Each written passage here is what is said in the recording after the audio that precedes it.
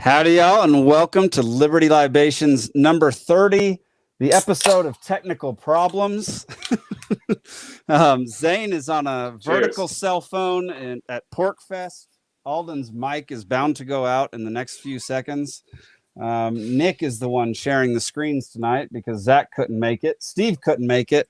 I lost my computer. It's just a great situation we have going tonight. But thank you for joining this crapshoot. Well, we should go to our special correspondent on scene at PorkFest from, if I understand right, the degenerate corner. No, this is about as far away from that particular corner as you can get. But yeah, it's tons of background noise. I think some people are playing Jackbox somewhere in the tent by me. There's people driving by in a golf cart, so that can't be helped. But a lot of really good activities going on here. The line to get in to see RFK Jr. was absolutely insane. He was here delivering a speech this morning, and I arrived just in time to wait in the line to get in for like a half an hour, and then have the line close like when I was the second next person to get in line. So oh man, I had to go to one of their auxiliary tents to listen to the simulcast version of it. But the upside is I did not have to go through a metal detector, and about 20% of the people here, I'd say, are open carrying AR-15s. I was gonna ask how many guns you tried to sneak in to the RFK event. I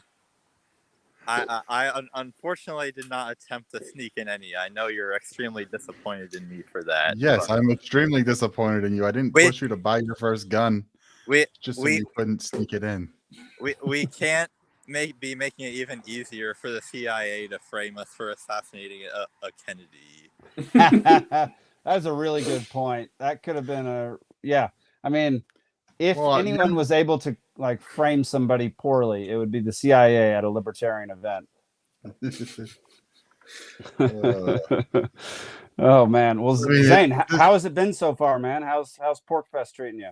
So this is the first day I was here, so I'll be here today, tomorrow, and Saturday. And obviously a lot of really good stuff going on. It's essentially the Great Create on steroids. Like imagine the Great Create, but it's people from around the country, and like I think they said there's like 2,000 people here. So it's essentially Libertarian summer camp is the best way that I can explain it. Like obviously there are tons of the standard political speeches and talks and all that, but also a lot of other random stuff going on too. Like I spent an hour learning how to box. Nice. Just 1 hour. Now you're an expert, huh? Well, if I happen to not have my gun, hopefully I can protect myself well enough. Where did you drive up there from Georgia, or did you fly up? And I drove. All told, it was 17 or 18 hours. So nice. A really beautiful drive, though. I bet. At least parts of it. Yeah. I bet. Man, you're halfway to Montana with 17 hours. Oh yeah. No one's going to Montana. I guess you'd be like to know about long drives. Nice, man. Well, what are you planning on doing while you're up there? Like, what are some of the highlights that you're hoping to hit up? Yeah, so there's a debate tomorrow. It's one of the Soho forum debates between David Friedman and Gene Epstein. This might be getting too wonky, but they're going to be debating over whether or not it's better to try to sell people on libertarianism using like consequentialist arguments, so leading with the results being better, or the philosophical argument, it's wrong to hurt people and take their stuff. Gene Epstein's gonna kick his ass. Is that what you think, Nick? Yeah. Be a little more decisive with that thought. Hey, I just know Gene Epstein, and man, when that guy, I know how Friedman gets with it, and nothing wrong with it or anything, but like Epstein brings that emotion to it. Like, did you ever see that debate he had with the guy from Jacobin magazine? Yes. And he's basically just screaming at him for being so dumb. Yeah, he does. I mean, he does really get into it when he gets in those debates, and like if they strike a nerve with him, it's yeah, you He's better got buckle some, up. like Alex Jones like energy at times. Yeah, Alden, you got to go. For those who don't know, Gene is associated with the Soho Forum in New York, and they put on all sorts of debates that you can go back and watch, and all sorts of just presentations too. They do a lot of really great stuff. They give a lot of like good debates to people that normally wouldn't get long form debates and like Oxford style debates and stuff like that. So it's pretty cool. Soho Forum for anybody who cares. Yeah, they had a debate today. The resolution was that it's easier to convert heterosexual to homosexuality than convert a non-libertarian to libertarian. That was Kaufman versus who? Matt Kibbe was taking the negative on that. That is hilarious. Interesting. I mean, what are your thoughts on that? Which one do you think is easier, Zane? So I guess I'll start by saying that Kaufman won the debate by the rules of the debate, which is the way that the Soho Forum debates works is that you win the debate if you get more, if your increase in the percentage of people that agree with you from the start to the end is higher. So they poll everybody on the question at the start of the debate. So either you agree, disagree, or you're undecided. And then they have the debate, and then they poll everybody again. And whoever has the larger increase for the amount of votes for their side wins the debate. So, and both before and after, more people thought that it was easier to convert somebody to libertarianism, which is what I also think. But there was the larger increase for Jeremy Kaufman's side. I guess I would say that because That's the issue with very those is few that people are born libertarian. Like I feel like most people have like a libertarian origin story where they were. Yeah. I wouldn't say Republican or born. I would Democrat say most first. people it was indoctrinated out of. Yeah, that's a good distinction. But it's good. There we go. That's easier. But Kaufman, but yeah, that's the issue I have with Oxford style is that change in the percentage. Like it doesn't control for like if someone is so far one-sided.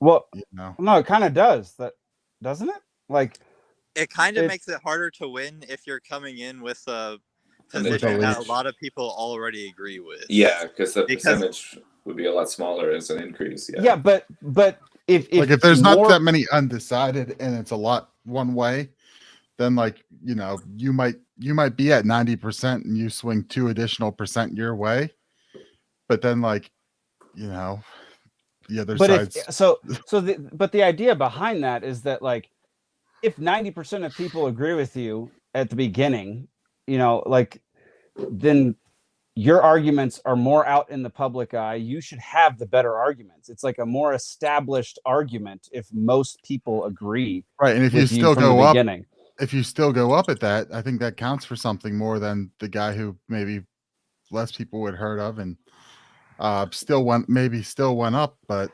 if you have so many people and you still win people over, that means you're still. Well, that just means I don't know. I like it. Like I think it allows for different arguments to be heard, and I think you have to know your stuff. Like you have to be convincing, and you have to present everything that you're arguing for, and you can't phone it in if you're the one arguing for something that is like accepted and by most people. Like since I don't think it was ever released or anything, but back when Tom Woods and Bob Murphy used to do the Contra Cruise, they had a debate which they kept secret, which was like over. I think it was about pacifism, since Bob Murphy's a pacifist and Tom Wood holds the standard sort of position, and being that pacifism's such a weird position to hold, overwhelmingly it went one way, and then it overwhelmingly started one way since everyone's being honest and not trying to game it. And then, it takes 1 or 2 people to swing in order to, it's kind of like, yeah, that's fair. I That's think fair. I get some of the positives. I don't know exactly on simple rules how you fix it, whether there's some sort of crazier scheme that you could put in place to try to control for some of those variables. Yeah. But well, anyway, Zane, how's the vibe up there? Like, how's everybody feeling? Are there any arguments, any fights, is everybody getting along? did COVID break out anywhere yet again? The vibe is that the entire campground just absolutely stinks of weed. What'd you expect? Like, I'm pretty sure I'm gonna get a contact high just by walking around. Good. You deserve it. Nice. Well, that's good. Yeah, but everyone's, having a great time here. Good. It's really amazing to be around so many other people that think the way that we do. It's like rare. even in Georgia, like when we did the Great Create, having all those people together, how inspiring and motivating that is, and reassuring. Like, imagine that, but like times 20 or 30. And it's like, no, I'm not crazy. There are plenty of people that think this. That's why I like those kind of events. It's like a concert for a really small fan base band, but like political. Yes, 100%. Yeah. Yeah, that's good. It helps remind you that you're not alone, that other people think like you, that like there is hope, Yeah. There's a lot of people. You got a lot of miserable support. libertarians. And just because we're not represented in media or like our families or whatever, our peers in a lot of cases at work or something, it's I think a healthy reminder and refreshing to kind of be around. And I would love to go, honestly, one year. Heck yeah. No, I keep saying I'd like to go to Pork Fest, but it always falls like inopportune times. Is it always in New Hampshire or does it move around? It's always in New Hampshire, like northern New Hampshire, like the same campground. You can see their sign in the back, Rogers. It's generally held there. I used to live in New probably Hampshire. the past decade or so, and then I haven't been there, but I'd like to. It's always like the last week of June or this third week or so. Yeah, I'm already planning like Bitcoin 2024. I'm thinking about doing, since that's in Nashville. That's kind of I'll be there 100%. Heck yeah, Alden. Easy thing to do. I'll be like 2 hours away next time.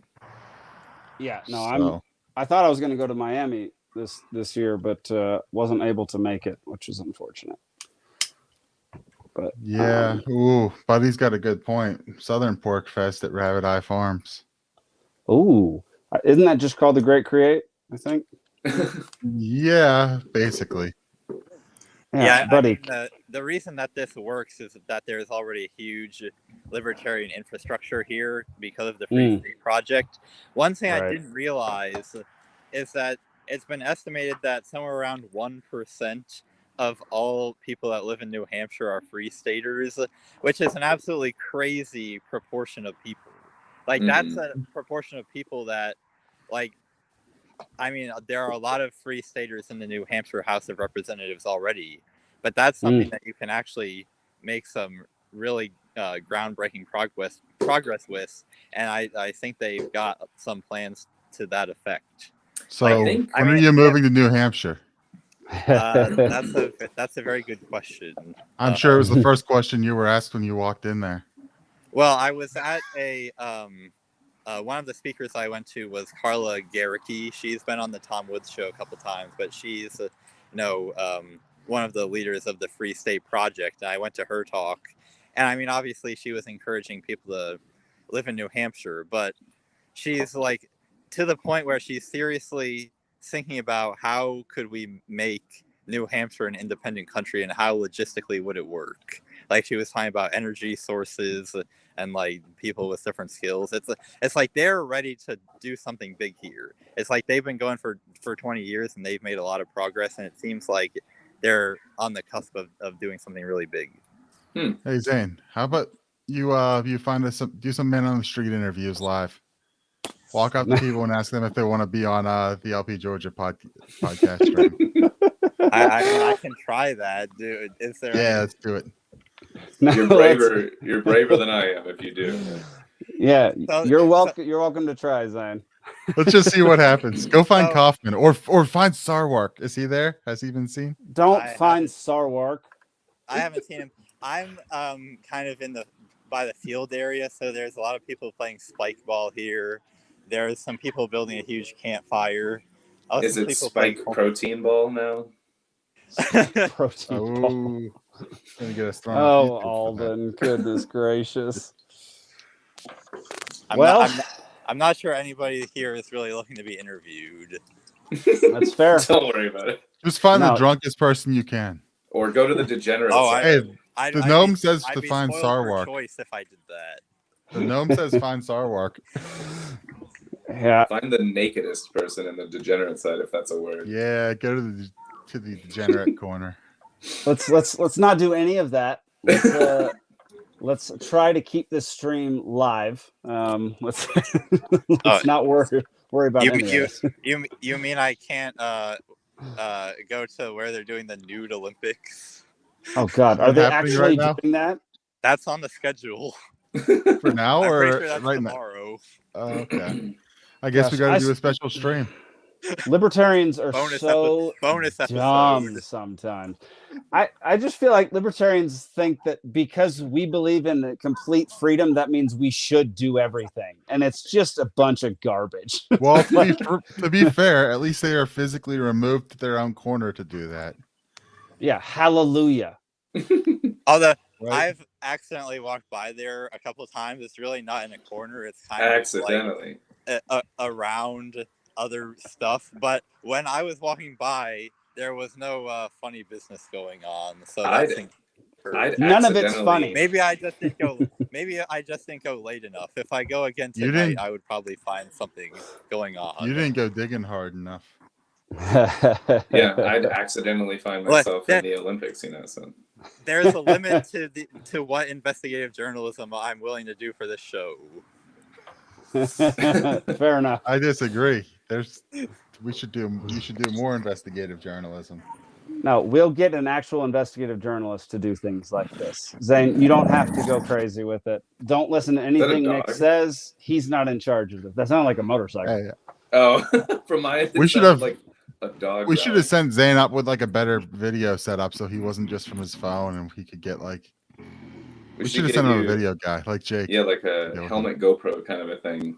Helmet GoPro. Yeah. We'll just have dual cameras, one facing you and one Yeah. facing out. Yeah, one facing the Olympics. Yeah. No one's gonna be able to see anything. All right. Well, So are you staying at the campground, Zane, or did you get a hotel or what? No, I'm not really a camper. I'm much too posh for that. that's not surprising. I found a motel about a half an hour away that was really the only reasonably priced one that was still available. I didn't realize I was going to be coming until like last week, so Oh, kind of yeah. last minute. Gotcha. So, probably hard to find anything. All right. Well, I'm done talking about Pork Fest, Zane. You go enjoy yourself, man, unless you want to stick around for more. No, I would. I'm gonna head out. Thanks for hopping on, man. I was about to say something more insulting, but then I didn't know how offensive I wanted to be. So Fair enough. You can be as offensive as you want, Zane. How No big deal. professional, yeah. all right. All right, man. Well, thanks for telling us. And if about you it. see Appreciate Sarwark, it. don't let him bump into you. All right, Zane. Well, go enjoy Pork Fest, man. That'll be awesome. All right. See ya. Bye. Peace. All right. Was Maj supposed to go to Pork Fest? Was that on the schedule? So I have some information on that I can't release right now, and I'm looking into it further. But there Okay. has been a little incident apparently. Sweet. All right. Well, let's not talk We'll get about into it that. Yeah. then. But yes, Maj was supposed to speak at Pork Fest, and he is currently indisposed. Gotcha. And All right. was unable to. Well, let's Every get to time our I first hear story. indisposed, I just think of taking a poop. That's like It's the only thing I think of. Hey, that's an epic poop if it lasts all weekend, you know. Yeah. Oh man. Let's get into the first story. You got the link up? Yes. The only story, because we didn't prepare much tonight. No, we didn't. Technical difficulties. It is what it is. Did All you right, prepare y'all. trivia? I did not prepare trivia. Shut your mouth. I'm on my phone. I can't do anything. All right. From the Daily Mail, Amazon shuts down customer smart home for a week after delivery driver claimed he heard racist slur through the Ring doorbell. I like that I love you that. emphasized claimed too. I mean, claimed. No. Come on. I mean, that's worth investigating just that word in this on top of everything else. Like 100%. Right. What's really funny is the Daily Mail included afterwards that even though no one was home, it's like, well, it's a Ring doorbell. You don't have to be home to answer a Ring doorbell, so that really doesn't matter whatsoever. Oh, right. I don't have one, so I forget how it works. Right, but like this should have been an open and shut case. Like the Ring doorbell records everything and stores it on Amazon servers, right? So they should have been like, oh, let's just pull it up and look and see, you know, and we'll double check and spy on everything else you say and do. Yeah, because like the only thing that came out of doorbells. this was that he claimed, do not. Yeah, I mean, just whatever you do, don't buy Ring doorbells. Like, no, my God. I mean, we can talk about this for the rest of the freaking Well, episode. keep in mind that also they share. Well, Ring also shares it with the police. Yes, like Amazon but just gives Ring doorbell footage to the cops when they ask for it. I do know that it's not like it's streamed, downloaded every single day by the cops. Like if the cops want it, Amazon will give it to them. So do not under any circumstance get Amazon devices. Like the mere fact, I mean, could it be more 1984? The fact that somebody claimed something happened, and so Amazon shut down the entirety of their smart home. That includes like Alexa devices. It includes like lights, doorbells, cameras. Like Amazon makes so many different things. Part of me, it feels like that's what someone deserves if they get a smart home. But then on principle, I don't want this happening to anyone. But correct. Keep in mind, the driver who made the delivery was wearing headphones when he claimed he heard it. So he probably heard it through his music. He was probably listening to something. Yeah, he was probably listening. This is turning into like a My Cousin Vinny case. Like this is ridiculous. Interesting. Robert says he has an Alexa, but he runs a proxy cloud substitute. Okay, so if you know enough smart idea to do that, then I guess that's fine. Yeah, if you're that tech savvy. How difficult is that? And you want to teach everyone else how to do that? Mm-hmm. I'm just Robert, how difficult is it to do that? Because it'd be nice to take advantage of some of these really cool tools that they do make. Because like, let's be real, and Alexa is awesome. Like those little Echo Dots are fantastic. But if they're constantly spying on you, there's not a chance in hell I'm getting one. So like, I wonder how hard it is. Like, Robert, how hard is it to do something like that? Like, is it something that you could set up a class and teach it in like one class? Cam, and that's like it. Yeah, I don't mess with anything else. He runs it on a Pi. It can be run on the cloud. I figured it would be, Pi. Nice. Raspberry Pis are great. Mm-hmm. But like, at what point is it a case where the cops just literally have access to the Ring doorbells all the time, live streaming? Like when does that come?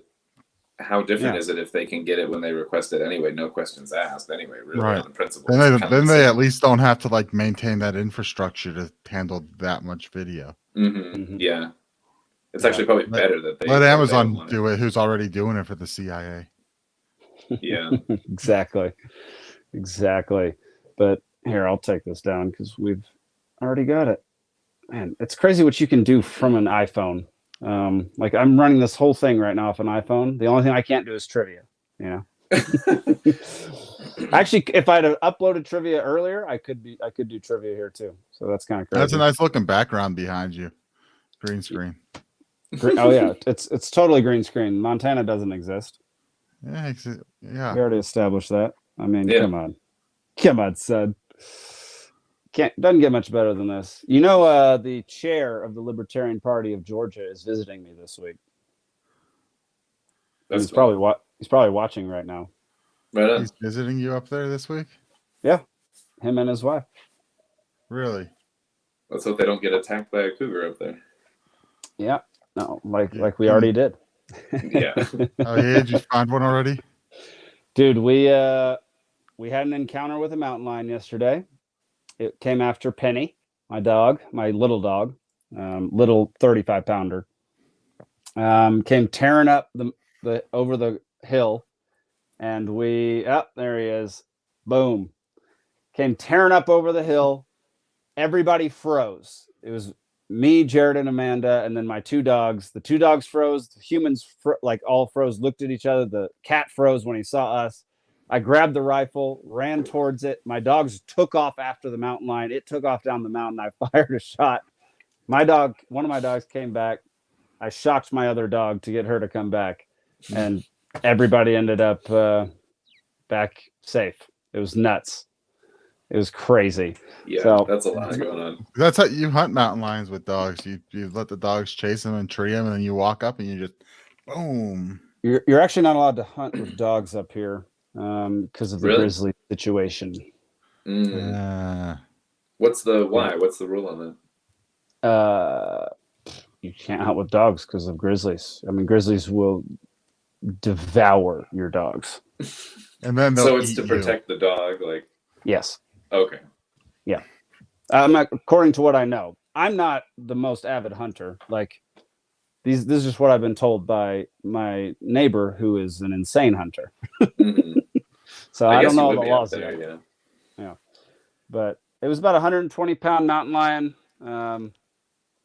Apparently they're very low on the scale of like attacking humans. So like I'm not really scared for me, but like for Penny, who's a 35-pounder, and Echo, who's a 50-pounder, they're a little small. So I convinced my wife we're getting a 120-pound dog. Soon. Something to match. yeah, we are. So I'm excited about that. What breed? We're looking at Great Pyrenees, Tibetan Mastiff. I thought you were going to say Mastiff, yeah. Native American Indian dog, which is basically a wolf hybrid. I know there's several different kinds that are like half wolf basically, but yeah, basically I want the biggest, most intimidating dog there is, even if they're not that scary. Because like a mountain lion, they're smart. They're not going to attack something if they think they can get injured. Like they'll just go after a deer, instead.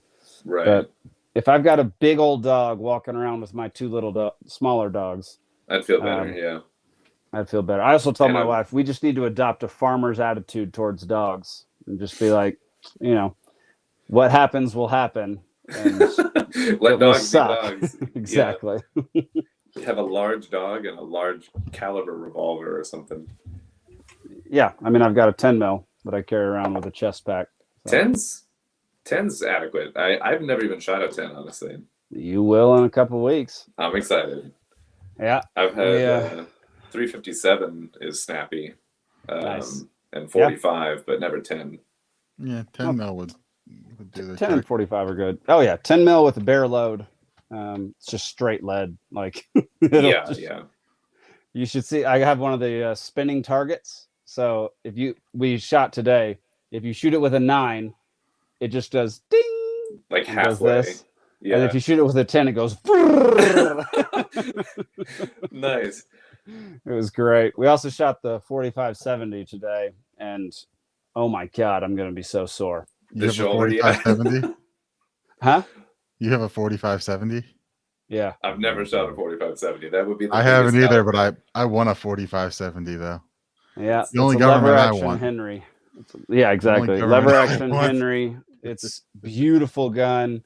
But I like it how it is. Like you can get the padded stocks, and you can put sights on it, but man, I like Western style, just like Old West Lever action is what it is. I and love it's gonna the lever hurt action. every single time. You have just like iron sights on it right now, or Yeah, that's all I'm gonna put on it. I'm good with those. Dude, I used to be like with even just like a pellet gun as a kid. I used to be really good with the iron sights, and you get like really used to it. And I used to shoot oranges out of the trees like by the stem when I was a kid because they were growing everywhere. It was Florida, but it was fun, honestly. Nice. So Love I'm less comfortable with a scope. Oh, interesting. Robert says, get a Spanish Mastiff, 230 pounds of lapdog that will kill wolves. I did read about those 230? today. Yeah. I know there's Yeah. several kinds of Mastiff, but there's Yeah, like bull Mastiff. Tibetan's that crazy one that can get up to 240 pounds. And it's like, I've seen pictures of that thing attacking people. It's the most terrifying thing I've ever seen. Shit, though, right? I'm not scared of a lot of dogs. I would be scared of that dog. Yes. That dog weighs more than me. I mean, that's crazy. Like to get a real Tibetan Mastiff, isn't that a ton of money? It is. I mean, I'm looking at rescue sites. There are Tibetan Mastiffs on rescue sites. Probably because some people get them and then they grow up and then they can't handle them. Yep, that was basically the reason for almost every single one. Yeah, it's like this dog got way bigger than it was supposed to. It's supposed to. And I was like, what are you talking about? Like, yeah. Well, a lot of people are lied to, you know, when they like buy a dog from a not reputable breeder. They're like, yeah, I bred these two dogs together. Well, that could just be a lie. And so you'll end up getting a dog that is not the dog that you thought you got. Yeah, the bull mastiff and the shih tzu, the bullshit. Like right, exactly. I think that's like loosely a Dumb and Dumber reference, but that's the issue. Feeding them, no shit. Yeah. Yeah, I'm leaning as much as me. Yeah, I'm leaning towards the Great Pyrenees because they're pretty calm, but they're also herding dogs. So they're like made to herd animals, and they're made to protect goats and sheep mainly. Mm-mm. So if you end up with livestock, that'd be cool. Which is what we're going to have livestock. We're going to have goats eventually. So I'm leaning towards Great Pyrenees just because, you know, it's around 120 pounds. It's not going to eat me out of house and home. Yeah. So yeah. Did you pay attention then to the who was the woman that did the like goat's cheese cultivation kind of a thing at the Kristen Hammock. Yeah. I didn't get to go visit her booth, but I interviewed her on the Free Georgia podcast, and nice. she's great. Yeah, I need to watch very knowledgeable. That's a good one. Man, we really ran away from the Amazon topic. No, sorry. I forgot even, honestly. That's what happens is you go down rabbit holes and we start talking about stuff. Yeah. So Jared's up there with you now and he's not on stream? Jared's up here with me now and he's not on stream because probably many reasons. I'm just going to say it's probably because he's just embarrassed about himself in general and just doesn't want to be on stream. That makes all sense in the world. He stole your laptop and he's going through all your secret information, actually. If he stole my fingerprint, then he could get into my laptop. So your fingerprints are probably all over your laptop. I think we can figure it out. Oh, shut your mouth. Don't give him ideas. He's not that smart. Yeah, you take an old pencil and some sandpaper and you make graphite dust and some Scotch tape. We can figure this out. Okay. Well, Grumpy Gnome, I saw this earlier. According to Elon Musk, cis is now a slur. I saw that tweet. Yeah. Which is hilarious. So we can loop this back into the Ring doorbell thing of like someone claims you said something and then someone else defines the thing that you said as bad. You know what I mean? Like, this is why this is a problem in general. Yeah, because what is a slur? Because a slur to one person is definitely not a slur to another person. Especially maybe these days, but yeah, I would think. Yeah. I mean, I try to be respectful of people, but like, I don't want someone to just like listen into my house and hear something, you know. I don't know. It's just is the term cracker. Is like the term cracker a slur? I mean, technically it is, but like. So, and there's a good point. What if I was saying something about the food cracker? That's such a dumb one. And they heard it. That is a dumb one, but I mean, it's a decent point in general. Like, well, there was that one guy who got ESPN. Somebody mentioned this the other day, and during Jeremy Lin's run, because he made he's a massive basketball player for like 2 years. Mhm. Came out of nowhere, started dominating the NBA. And this guy wrote an article for ESPN, completely like innocently titled it "A Chink in the Armor." And Jeremy Lin Oh. happened to be Asian because he Oh. found a chink in the armor of the Philadelphia 76ers. And so he got fired immediately and apologized and like didn't even understand what he got fired for at first, and then realized his mistake, and like, or not even his mistake, just like the circumstance. So here's a point. I honestly like kind of forgot that was like a term, because like it's not part of like my, like when you said it I was like, oh yeah, that's right, kind of a thing. But I wouldn't stop and think about that if I was going to write that article. And this feels like it's punishing people that don't. Also, like, you have know editors the who should be slurs. catching that. What's that? Yeah, you have editors that should be catching that. Catch that. Oh, fair, yeah. But I mean, that's more like just a language thing and a context thing, and I don't know, that feels like a gray area. It's a common phrase. Like I use that phrase. I use like, it a lot more all in the that time. sense. A chink in the armor or whatever. Like it's the only way that I use that word. But so this is a term that was coined by a pedophile. He's like, let someone else take the heat. Like, okay. Yeah. Interesting.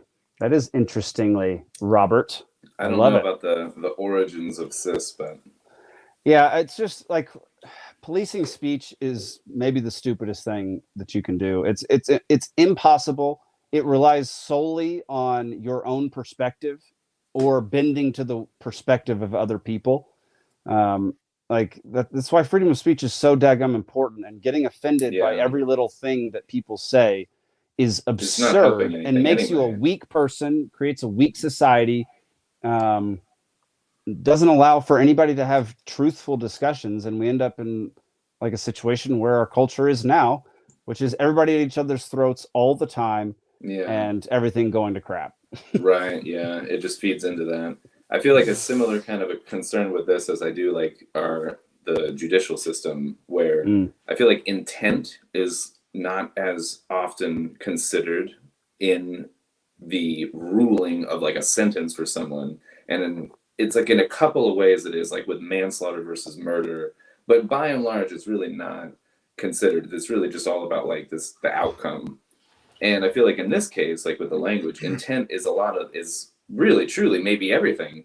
And because like if someone is like comes in with like love and just says something and they're like, hey, that bothered me, blah blah blah, we can have a talk about it, you know.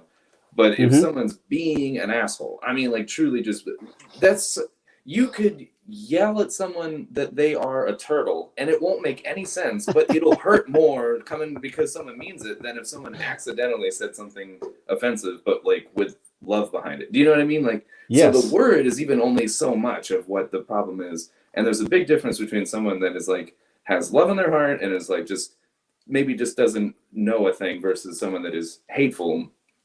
And I feel like that's not getting, because it's a gray area, and we like these easy slap the abacus over, like move something into one pile or the other thing, and the word is easier to do that with because it's kind of literal, or so we think, until you get the word like chink, where you got chink in the chain kind of a thing, and then it's like, well, our language, there's homonyms and synonyms, and we have sometimes 5 different meanings for a word or whatever, which is what makes poetry and songwriting so fun.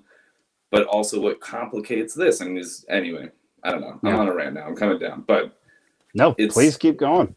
It's just, we're trying to make it simpler than it is. And I think a lot of it, the intent behind the word means as much, if not more, than the word itself. Yes. 100%. Well, first of all, what do you think of younger people aren't bullied enough? Oh, I don't know about what's going on today. I've bullied like crazy in school, so. Yeah. If you couldn't guess, you know, but I think bullying. I think there's a difference between bullying and like toughening somebody up. Like, I'm not a huge fan of just somebody being a douche for no reason.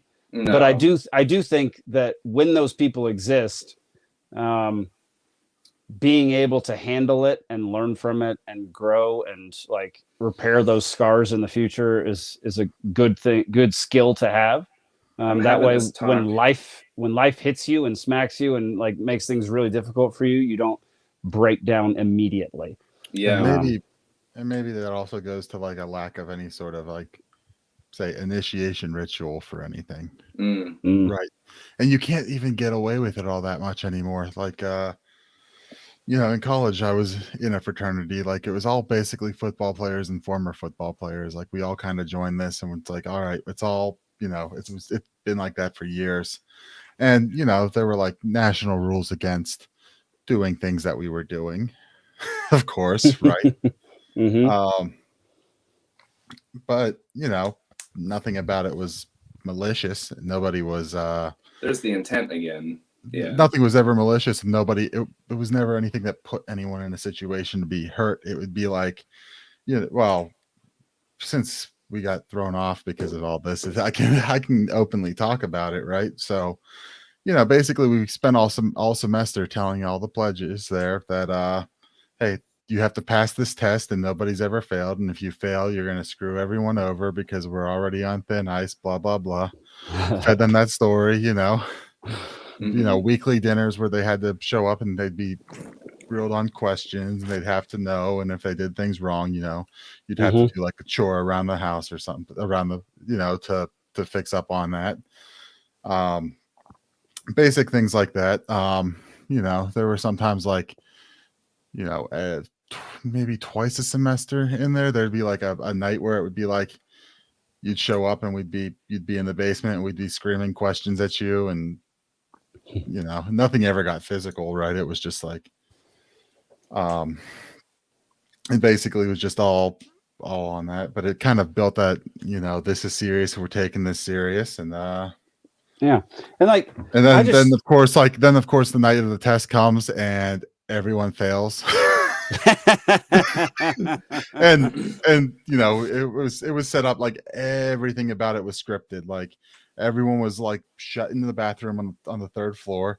Everything took place in the basement, so there were several floors of space so that you couldn't figure out what was going on. Phones were confiscated. You went down there, and then we had everything down to like, you entered with a pillowcase on your head, and everything from like mistiming reaching to take it off. Like you'd have someone who'd escort you down there, and they'd reach up to do it, and everyone would go, oh, you can't, like you can't do that yet. And you had to like, it was scripted. And then like we even had it scripted in between there, because you'd have like someone playing the role of sergeant at arms, and like, one of the guys administering the test would start getting a little bit like being a dick. And being a little strict, and you'd have one of the guys like, we had pre-planned who in the audience behind them would like freak out and start screaming at the guy for being an asshole and get thrown out. Like it was all pre-planned, and then they'd fail, and then they'd get run out of the house where a car would just happen to be waiting for them. Like it got That's elaborate. It would get to the point where so then you'd be taken off and kind of kept separate while everyone else went through it. Generally, if you'd get drunk, we had people who would we had people in my year who got on computers, who like found computers and like immediately started filling out transfer applications. Jeez. And then that's a lot. Came back, everyone was sat in the basement, and then they sat at like, we acted like we were sitting them all next to each other, but everyone was sitting between them. And so we'd be like, oh, someone failed, and then stand up, and they'd feel you still sitting next to them. And then the lights would come on, and they'd a social experiment, honestly. Seriously. It was like and then they all experiment. And then then everyone would be quite confused, and then they'd realize what happened, and then everyone would, see, this is why celebrate until like I chose not to do anything like this or whatever. But if you joined a fraternity at SCAD, you were a loser. Oh, I don't even know what they were at SCAD. Like I was never going to even look into it. But do they even have any? I don't even know. I have no idea, but I'm sure you were a loser if you joined one. This was one of those things where like, well, like I said, it was all football players. Right. Like everyone on the football team, like, we join this and we do this and we hang out together, and we just kind of do it officially. Like the whole bullying thing, I just don't care for bullies. I think that the idea of toughening somebody up is very valuable, especially a kid. And I think that's the role of the parents, especially the father. Like doing really difficult things, doing things where the kid fails, and like building up their confidence and helping them learn that it's okay to fail, do it again. Like just getting tougher when you're young should be the role of, like, should be implemented by the parents. Not some douchebag kid at school. The acronym for fail, the like first attempt in learning or whatever, like as nice. a way to. Never heard that. Yeah, like there's a designer, Chris Do, that talks about this all the time, but as a way to like get your mind around the concept of like failing being actually not a negative thing, but a necessary part of perfecting something. It's a step, and we tend to try to avoid it. And the people that have mastered a thing are like, no, go ahead and go fail. Like that's step one. Like fail 10 times, whatever. Like, and I agree with the concept of like thickening skin and toughening up, but not bullying, because that's purely malicious. And again, I'm not for things that are just the intent being to harm, truly just to harm or to put down. And 100%. I was going to say that I've been talking about this a little bit because my nephew is being homeschooled. And so we've kind of had that like just conversation in our minds of like, you know, how necessary school is or isn't or whatever. And looking back at my own life and how it was really hard sometimes, but I think it helped socialize me. I think like if it weren't for school, I don't know, you know, how different would we be? And it's hard to know, but the conversation is interesting around the idea. Yeah, for sure. And like, I don't know, one of the best examples that I've seen in like public, we'll get to the kids aren't allowed to fail in a second. Like Elon Musk, okay, on camera, he was being interviewed by a guy who I guess follows him around quite a bit. Or he wasn't being interviewed. He was just being talked to while Elon was talking about his rocket that he was building. And he was like showing it to him, and he was like telling him all the details. And this guy who's just basically a YouTuber, like he basically just has a YouTube channel where he talks about SpaceX and stuff like this. And he says one thing that says, wouldn't it be better if it was like this? And you see Elon Musk sit there for a second, think, realize that he had failed in that moment, and said, yes, you're right. We're going to change that before the next launch. They changed it before the next launch. It worked, and it was a success. That's like, cool. That kind of thing doesn't happen. Like they already spent hundreds of thousands of dollars designing it the way millions of dollars designing it the way it was. Mm-hmm. And he realized that particular design was a failure because of one thing this guy said, and was able to admit it in the moment. And that is cool. Maybe the most successul man on earth. Like, I mean, it could be argued. Yeah. Yeah. So I would say that, who was it that said a comment about like allowed to fail and things like that. So there's a difference between like, so failing and like, I'm not trying to say like encouraging people to just fail. Like I'm saying it's like a step in mastering something. But if you never recognize what is a failure, like you can tell someone, good job on this, that, or the other, but here's this, that, and the other that needs work. That's part of this is like, you know, assessing whether something is working or not. It's a really important step in getting better, you know.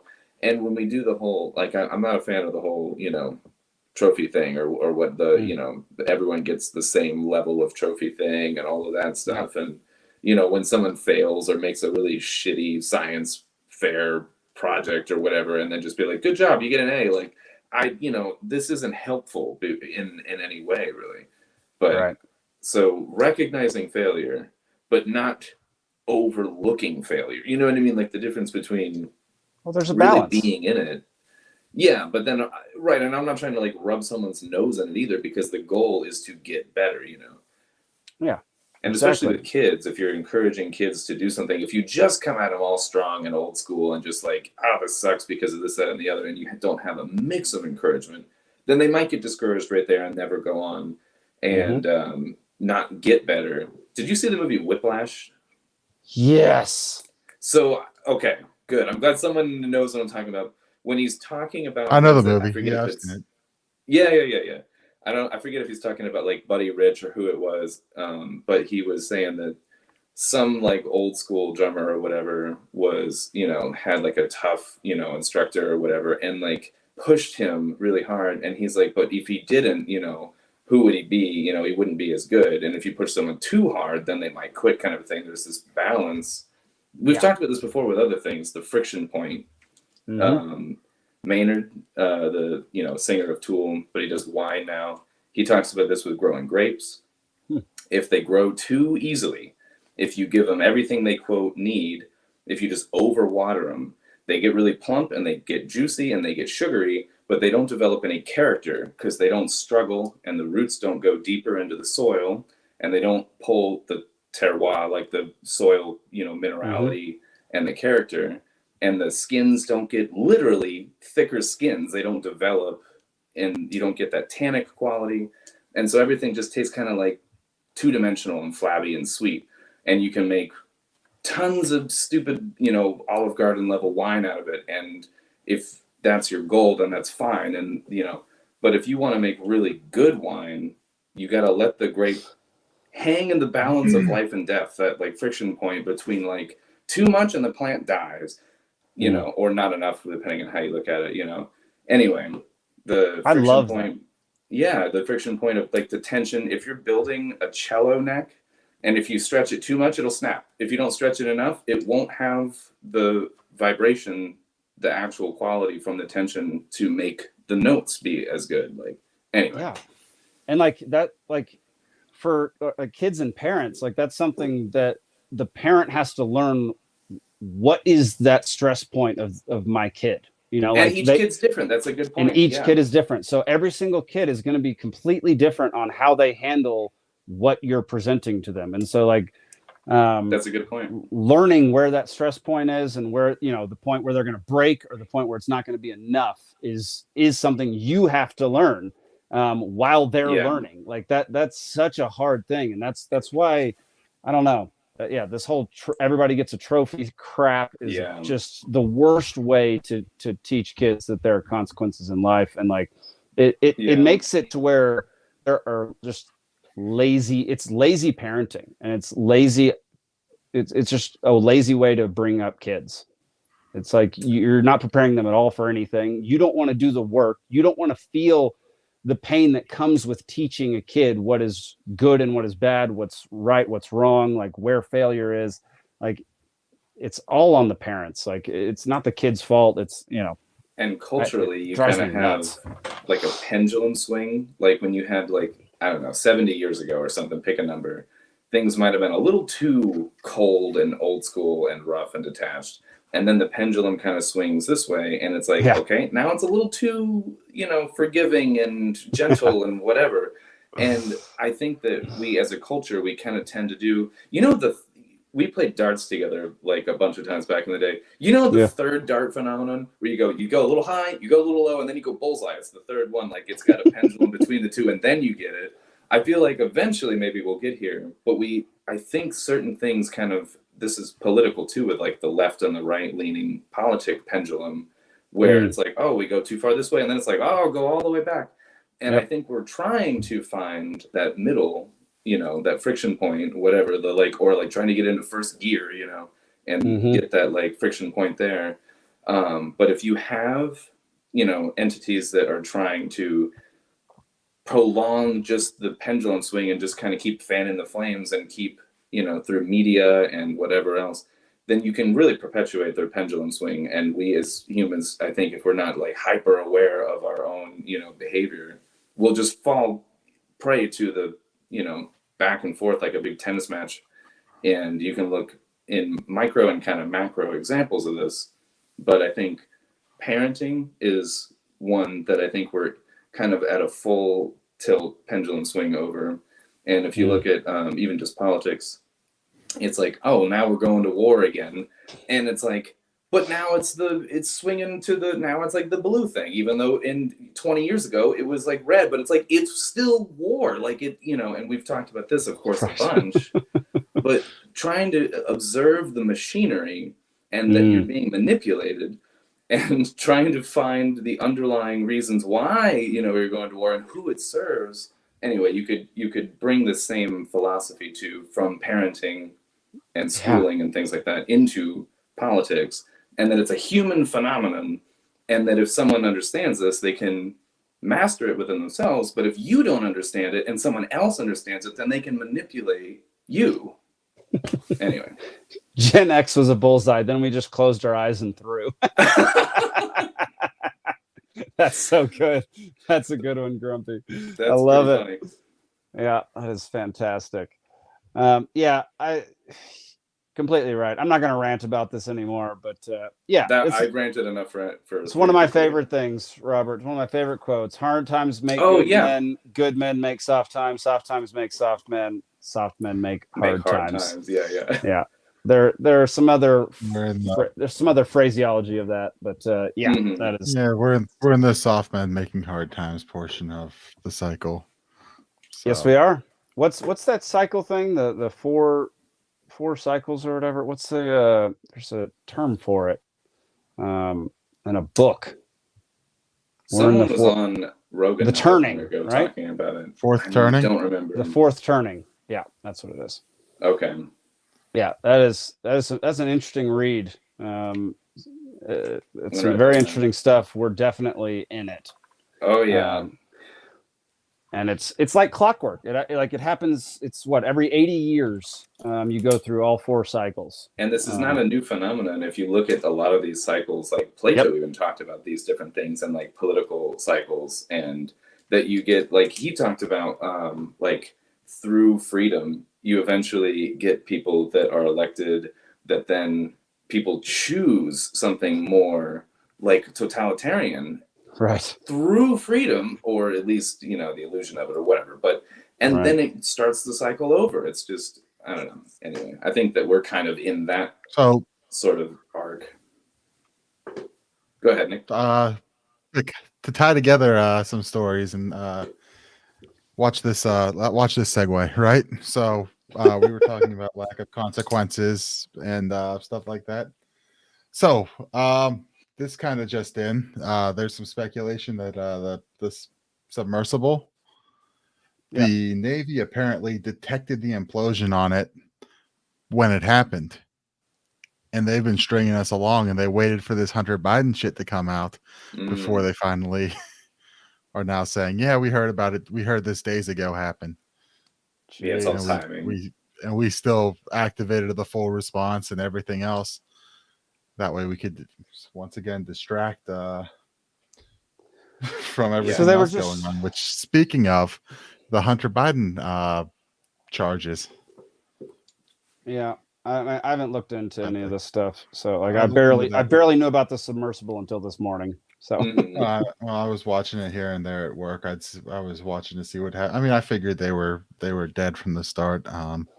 You don't go down that deep and disappear with much hope, and no, absolutely at least not. It happened. At least it happened quick this way. Oh wait, right? Hey, the chair of LP Georgia joined in. Good to meet you, man. Why are you in a house and Jake's in a van? That's how it worked out, man. It's one of the perks of being in the chair, man. That's right. Yes. Yeah. Well, welcome in, Jared. You're coming in for the tail end of the show. That's good.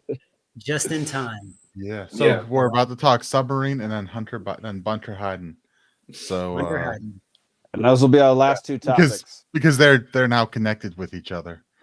Are they? If you missed that. Yeah. So the news coming in is that the Navy's special listening devices detected the submarine imploding when it happened. Their and ring they knew it imploded. It. Yeah, the Ring doorbell caught it, and they knew about it, but they sat on it and waited for this Hunter Biden stuff to come out when they could then use this story to distract from that, because everyone's like, "Oh, what's happening with the submarine? Are they, did they die instantly in an implosion, or are they slowly dying from a combination of hypothermia and suffocation at the bottom of the ocean?" And well, first of all, let's talk about the submersible real quick, because The idea of piloting a submersible down to the Titanic with a PS3 controller is about the stupidest thing I've ever heard in my life. I mean, if I was going to do it, that's what I would want, but Like, that's what I'm familiar with. What bunch of absurdly rich idiots got on board this thing? Well, does and it said, make you "I feel trust better it." if it was a joystick? See, yeah. Yes, Yeah. It at least seems professional. You know what I mean? Even if it was like does. hardwired. Even though like it's the same thing, like it's still like a It's It's not the device same that thing. goes. I want something hardwired to the dadgum deal. I don't want Okay, any PS2 latency controller, with. then. Yeah, I don't want any latency with a Bluetooth technology. I don't I agree want with that unstable connection to just disappear. I They agree have with that. they have 2 backups supposedly, but who cares? Also, how did you not know this thing was going to implode when it went down to look at the Titanic? What are you doing? I don't understand it. It went through no certifications from any third-party organization. Idiots. The world libertarians want. Have we considered that this is another 1912 Titanic kind of thing? Just a repeat of the first one. You get some really rich people who are opposing things that you don't like. And send them down in the. That's cruelly ironic. Yeah. And were any of these people like against the status quo? That's what I'm curious about. I would like to know if this is another, oh yeah, you guys are really rich and you oppose the Federal Reserve, and we're just going to send you on a beautiful, wonderful vacation. Certain people get off the submarine. Who had a ticket to go on it and then cancel that week? Yeah, Exactly. Well, that kind of thing. Which Rockefeller? They paid. They paid $250,000 to go down on it. So $250,000, Wow. nothing to it. Yeah. Didn't change. I mean, it's nuts. Like, that whole story is ridiculous. Don't do that. So there's the story, there's the elements that we're talking about of it, then there's the timing of it, with knowing it, withholding it, then there's the media and like the connections that whoever does know all of this has with how we learn about this. And I was just watching an interview. Did we talk about this last week or I don't know if I've said this yet, but I was just watching an interview with an ex-CIA agent on the like Vietnam War stuff, and he was saying basically the tactics. Well, exactly though, right? But he was basically saying the tactics that they had. This was, in 50 years ago, but he was saying that basically how they got information out that they wanted out that was falsified, but that they needed out to basically propagandize a war effort or whatever. They would sandwich it as an anonymous tip, between 2 truths, and then get the, this is openly, they're admitting this in 70 or whatever. And why would we think that we're doing anything different now? It's even, I think, even worse now. And This so is anyway, that's how we're 2023. learning about it. It's 2023. They stopped. Come on. We stopped. Yeah, That's an interesting thought too. There may have been no one on it. that's fair. I mean, honestly. It's an interesting thought. That's even more just depressing. Like, we just made the whole thing up. Literally, the whole thing is made up. I mean, Bubble Boy, the same thing happened with that, or Balloon Boy. That's what it was. What's that one? The balloon that, like hot air balloon that escaped. This was in like 2007-ish. It escaped the balloon. Oh, I remember that story. And somebody said, I my kid is in that story. balloon. My kid is in that balloon. And it's not a normal hot air balloon. It actually like moves at a rapid pace. And so everybody for about, 12 hours thought there was a kid in this balloon. Turns out there wasn't. It was a hoax. And so much money was spent trying to get that balloon down safely because there was a kid in it when they could have just popped it. Yeah. Wow. So those people got arrested, obviously. Oh, yeah. Yeah. Have you heard of, is it, I think it's called Northwoods? Put my screen up real quick. Oh, boy. Share my screen real quick. I don't know if I want to. I don't trust you. No.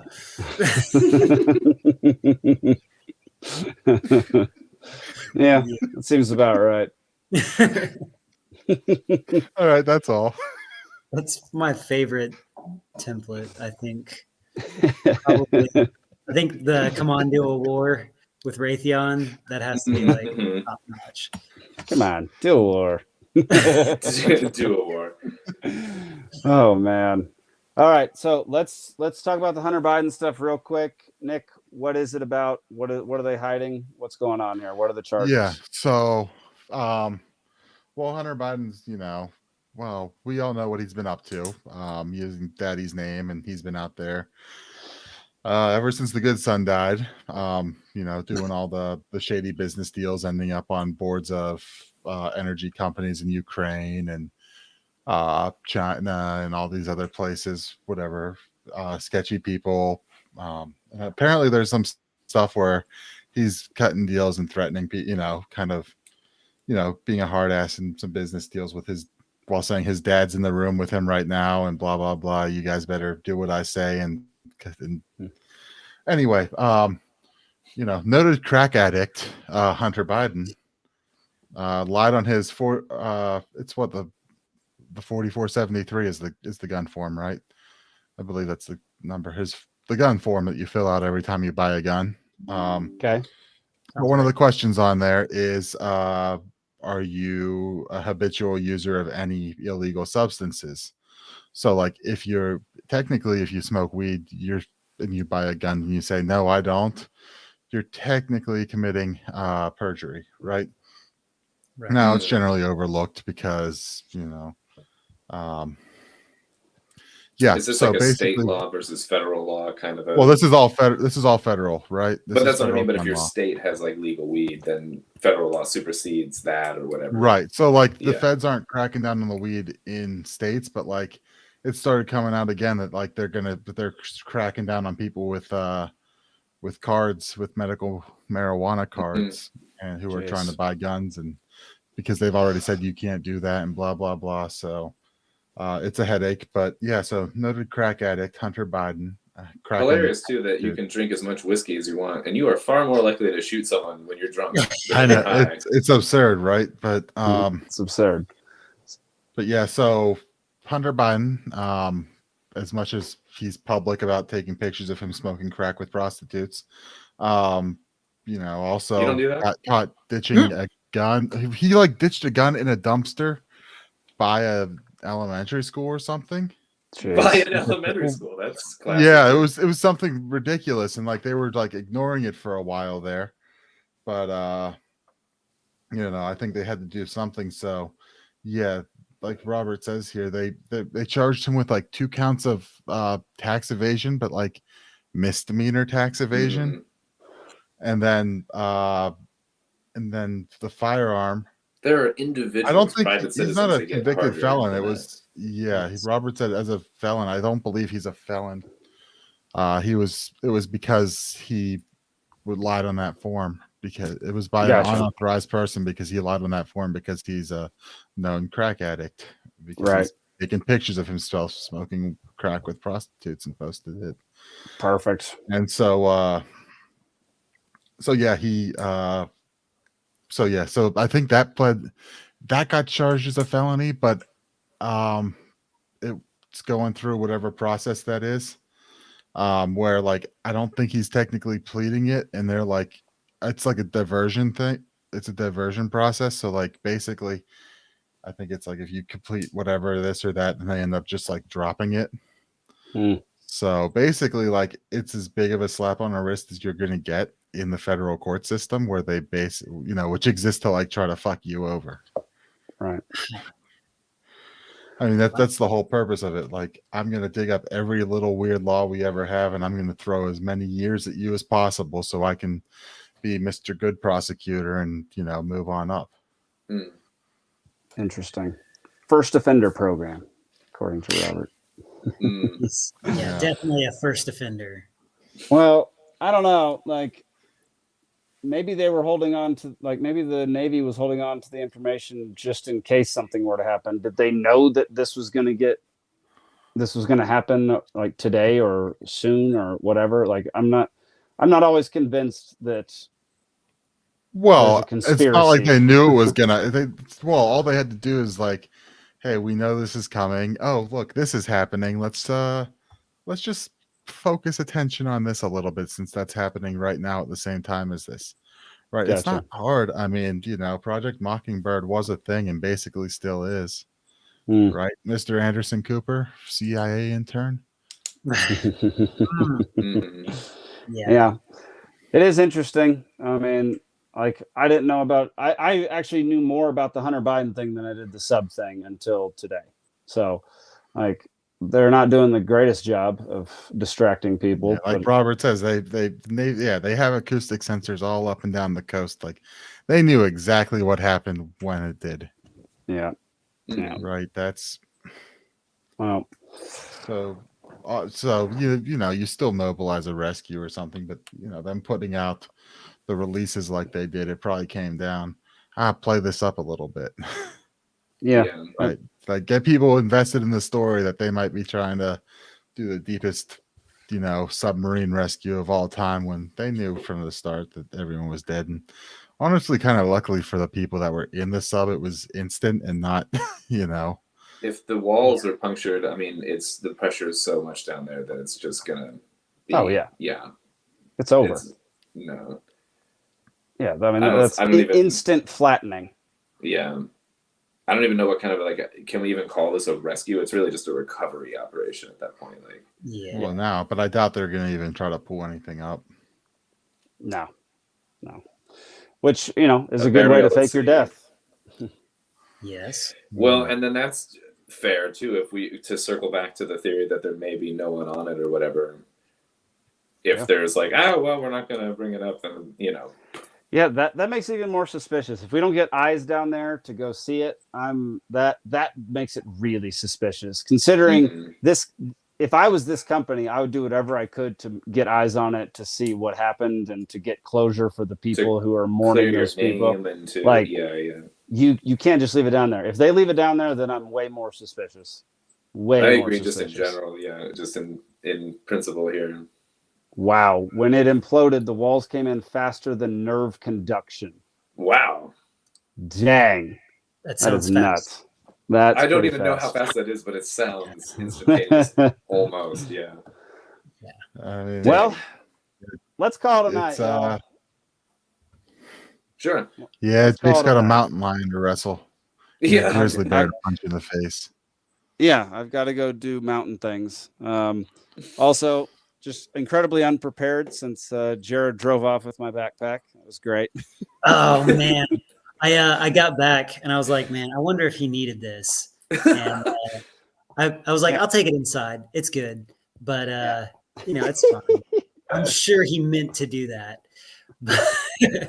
Yep. No, I had my computer with all my stuff on there, trivia, all that stuff. So yeah, it's great.